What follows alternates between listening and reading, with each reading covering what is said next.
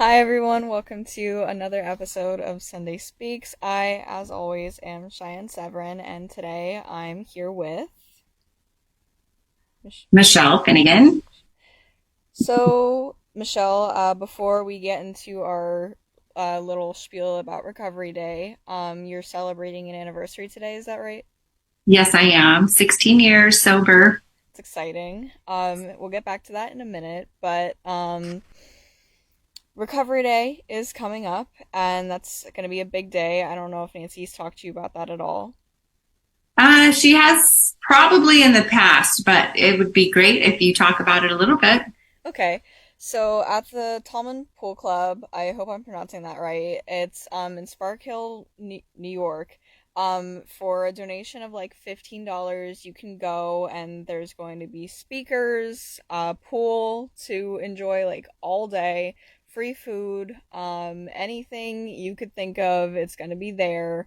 And it's exciting because everyone from the organization is going to try to be there. We hope, we pray. Uh, and Morgan Kennedy, who was on here a couple weeks ago, I think, too now, she's going to be there for those of you who are fans of her. So, I know, Michelle, you're in Utah, is that right? I am. Yes, I won't be able to go this time, but I know it's a great way to spread the word about recovery and really get the community engaged. And, it's a great service that you guys do. So I hope everybody shows up for it. So, for those of you who are interested, you can go to our website at alumniandrecovery.org for more information on registering or just attending. So, thank you. Anyway, Michelle, you are a psychic medium. Is that correct? Yes, that is correct. Mhm. So, what would you say your job really entails? Because in light of Recovery Day, we're putting a special focus on wholeness and wellness. So a psychic medium, the word psychic, sometimes people confuse that with, telling the future or, those kind of things. But the word psychic is really Greek word for soul. And so it's really about tapping into the soul of a person and, really getting in touch with the soul of myself and to enable me to do that with somebody else. Reading their energy, a lot of times it's more about things that have happened in the past, that help them make changes for the future, Hmm. not necessarily telling the future. So there's a little confusion there people have. And the word medium is really just a word for it's, a communication between the spirit world and this world, so tapping into loved ones, your higher self, higher guidance, that kind of thing. Hmm. Does So, that answer your question? yeah, that does. I remember reading because I did look on your website a little bit about maybe what was it? Like you deal with energies and things like that. Yeah. Hmm. Yeah, I also do some energy healing, which is all again related to the soul. We carry our soul expression is we're all just energy. We're made up of energy. And so it's allowing, shift, transformation, transmutation of energies and sometimes energy that we hold on to in the form of beliefs and, the form of, alcoholism or addiction or whatever. Those are all energy systems that we carry and they can all be shifted and changed, and so it's about enabling people to move through and really it's not me healing them, it's me holding space for somebody else to heal themselves, really.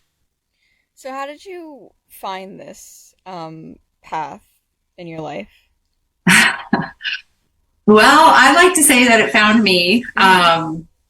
It I was a medium. I had mediumistic abilities when I was a child, but it kind of went away in my teens and 20s and the years where I was not clean and sober. Mm. Um, and then when I was in my early 30s, I started feeling the presence of spirit, and I was feeling a need to find God and creator and spirituality. And, some of my abilities were coming back, but I was not able to really grasp onto them or reach them because I was still drinking, and I was still using Um, and so I couldn't quite tap into my own self. And so when I was around, 33, and it was actually spirit who guided me into sobriety, because to enable me to do this work, I had to have a clear mind, a clear body, and a clear,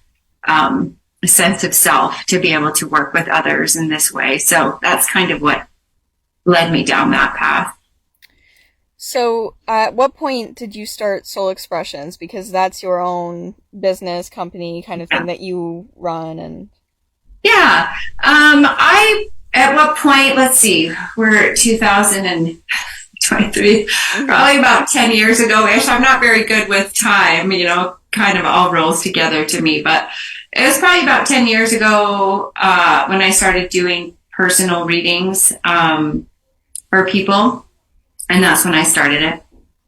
hmm So, what does it we talked a little bit about what a psychic medium is, but what kind of services specifically do you offer? Or like what are your most popular or what do you like what's all that about? It just depends. Every person is different. Every person is at a different place in their life. And some people come to me because they want to have a communication with their loved ones from the other side, Mhm. people who've crossed over. So that's specifically why they are seeking me out. And other people want to have guidance on their pathway. Most people really they're looking for themselves and they don't really know how to find themselves, and so I find that our readings or sessions are really about people finding themselves or finding steps to,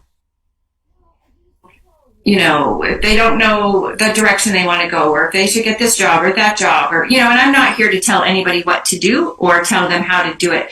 It's more or less helping them find the answers that they need to move forward and to get more clarity in their life. And so every session is different. A lot of times they're a combination of both. Sometimes people come for one thing and we find that the session guides us to another. I usually just let the energy and the inspiration guide the way, so I try to tap into, again, the psychic or the soul of the person, and whatever their soul expression is guiding them towards is kind of where our session usually takes us. So, how important um is your how does your work help specifically with mental health? Or do you think more people should take up the practice of finding themselves in this way? That's a great question, and thanks for asking. It directly relates to mental health because, what I think the one of the biggest issues in our society or mental health is the lack of connection to self, the lack of connection to source, the lack of connection to each other, and that it creates a separation, from that part of ourselves. So the work that I do, and I believe, sobriety, recovery, all of it is a combination of things to allow one to find themselves, which is a connection to source also. And once they're able to connect to that, other things start falling into place. We don't have as much pain and anguish and resentment and, all the things that are steering people the wrong direction, right? And addiction and all those kind of things. But connection is, the antithesis of addiction, right? And so we not only need connection to others, but we can need connection to ourself and source. And that separation is what causes a lot of mental health problems because we don't know of our own power. We don't know our own light. We don't know what we can offer the world. There's so much confusion and fear and a lot of things that hopefully my work helps people find that within themselves so that they can walk forward in a way that they feel powerful and they feel like they're engaging in the world in a way that allows them to empower themselves. Does that? Yeah, no, that makes Okay. complete sense. Yeah. Um, so if I can ask, you said earlier that like Did you say a spirit or the spirit when they helped guide you towards recovery? I said, I'm not sure what I said, but when I say the spirit, you know, I mean, I consider it my guides, my, you know, the people who walk with me, my loved ones, my ancestors from the other side. I consider, you know, sometimes I just kind of lump it into one thing, but the great spirit, the creator, God, you know, my higher self, my being, Mm-hmm. know, all those things that help us as individuals that we are disconnected with a lot of times, you know, but those are the things that help guide us, and they help us find, you know, that it's that intuitive part of ourselves. And so that's, you know, that's the thing that guides us. And a lot of us are really disconnected from that part of ourselves. You know, so when I'm talking about connection and stuff, if we learn to listen to that, you know, that's what will guide us along the way. But most people have been taught not to listen to themselves, not to listen to their inner guidance system, but to listen to the media, to listen to social media, to listen to, you know, people that are not giving them the truth. And so that causes a lot of mental illness, right? And a lot of things that are not probably productive and helpful for one to live wholly and fully and mindfully. Mm-hmm. So, how would you recommend that people get more in touch with themselves, that people make that connection more? My what's my recommendation would be, you know, to start with meditation, start with prayer and meditation. And even if, you know, a lot of people have a real problem with God, creator, source, whatever you want, you know, people want to call it, it doesn't even matter. But there is an intelligence out there. There is a higher being. There is, you know, something. And so I would recommend people just attempting to start and to try and to reach out and start asking questions, you know, start asking the universe to guide me, to lead me, and being open to that. But also meditation, I think, is a huge, that's been one of the biggest things for me in my recovery and my change is meditation and connecting to self. There's tons of different, you know, people on YouTube and different things that can help people if they haven't started, to kind of guide them.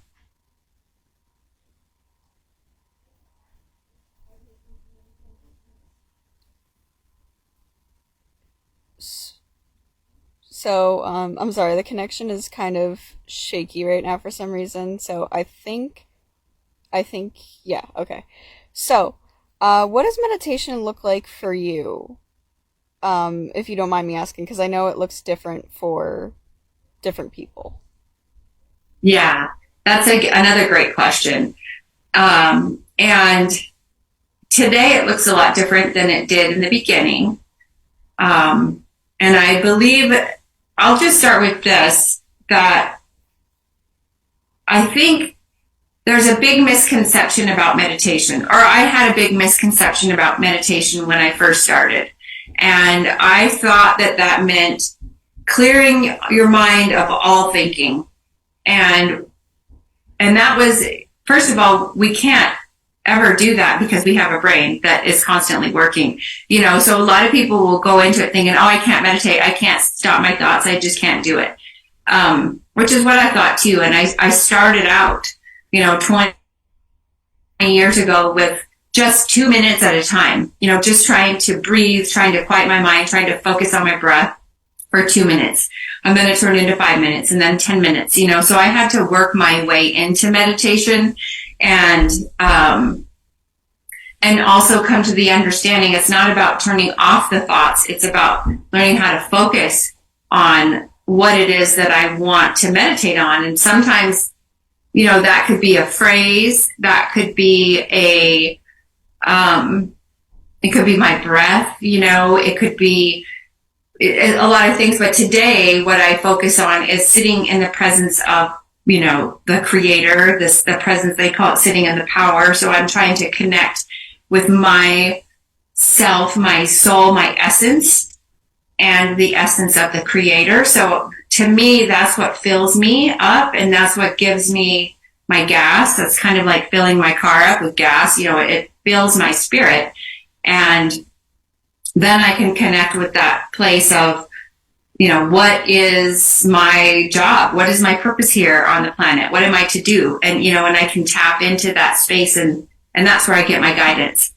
So, that's kind of what meditation looks like to me today. And I'll just end that with,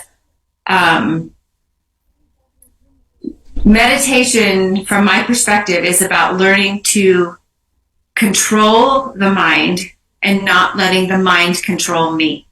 Mm-hmm. Because for a lot of my life, my brain was running the show, and I couldn't turn off my thoughts. I couldn't change my thoughts. I couldn't, they would, intrusive thoughts, whatever they are. I just didn't understand that I'm actually in control of that and I can do it. And so it's about learning to be in my own power and in alignment rather than letting the brain, take off wherever it wants to go. So, Michelle, just out of curiosity, what did you do before this, if you're okay with me asking? Like, just Oh, because, yeah. Yeah, nothing even related. I was in sales. I was an outside sales rep for a chemical company. Oh, wow. Yeah. So I wasn't even, I've done a complete 180 in my life. And, had you have asked me 20 years ago if this is where I would be, I would have not thought for 1 second that this is where my life would be. But I am certainly grateful that it is. So, I would assume that you're happy in the position that you're in life right now. So, for anyone who might be scared to make that shift in their life, to do something that they're truly passionate and happy about, do you have anything that you'd like to say to them? Yes. First of all, I would say just go for it. Follow your passion, because the passion is that desire that creator puts within us, and it's the mind that stops us because of fear and everything. And the passion is what will bring happiness. So I would say go for it, take one step at a time.